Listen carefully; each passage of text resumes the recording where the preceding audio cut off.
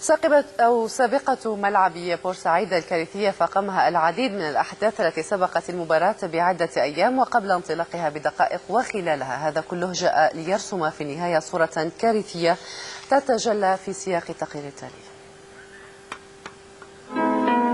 الكلمات لا تكفي لوصف الحادث، والمشاهد لا تظهر كل التفاصيل، وقديما قالوا في التفاصيل تكمن الشياطين.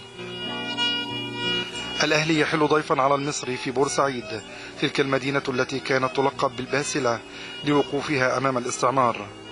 مباراة يعرف القاصي والداني دائما ما تحمله من أحداث ومشاحنات بين الجماهير.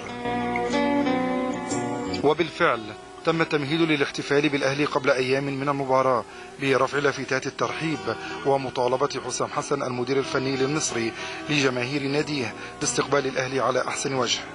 فجأة وقبل بداية المباراة وخلال فترة إحماء لاعبي الأهلي انهمرت الصواريخ والمفرقعات النارية عليهم من قبل جماهير المصري، فما كان من مدير الكرة بالأهلي سيد عبد الحفيظ إلا أن ذهب لحكم المباراة ومراقبها لاتخاذ موقف كان من الواجب أن يصدر من الأهلي والأمن بعدم لعب المباراة. الخطأ الثاني وقع عندما انتهى الشوط الأول بتقدم الأهلي بهدف، فبدأت جماهير المصري أو من قيل عنهم أنهم مندسون في النزول لأرضية الملعب بمفرقعاتهم وأسلحتهم البيضاء وسط حراسة الشرطة التي وقفت تشاهد الجماهير وكأن شيئا لم يكن.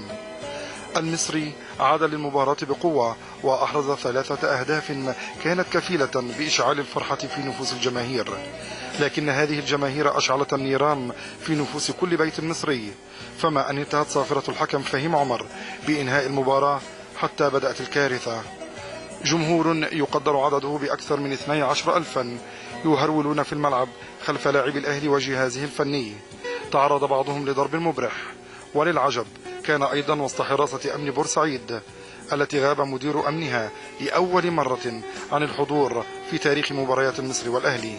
الجماهير لم تكتفي بذلك، فقامت بالهجوم على جماهير الأهلي لتقتل منهم 73 شخصا وتخلف مئات المصابين بعضهم بين الحياة والموت، لتسكب أرض الكنانة مزيدا من الدموع على ذبول زهور جديدة من شبابها في نفس اليوم الذي قام فيه هؤلاء الشباب بثورتهم قبل عام. القصة لم تنتهي بعد، فهناك قرارات حكومية وأخرى من الفيفا وتحرك من الألتراس في شوارع مصر وإدانة من كافة أنحاء العالم، والجميع يتساءل من المسؤول؟ أما الإجابة فتكمن في نفوس الشياطين، أو بالأحرى في التفاصيل.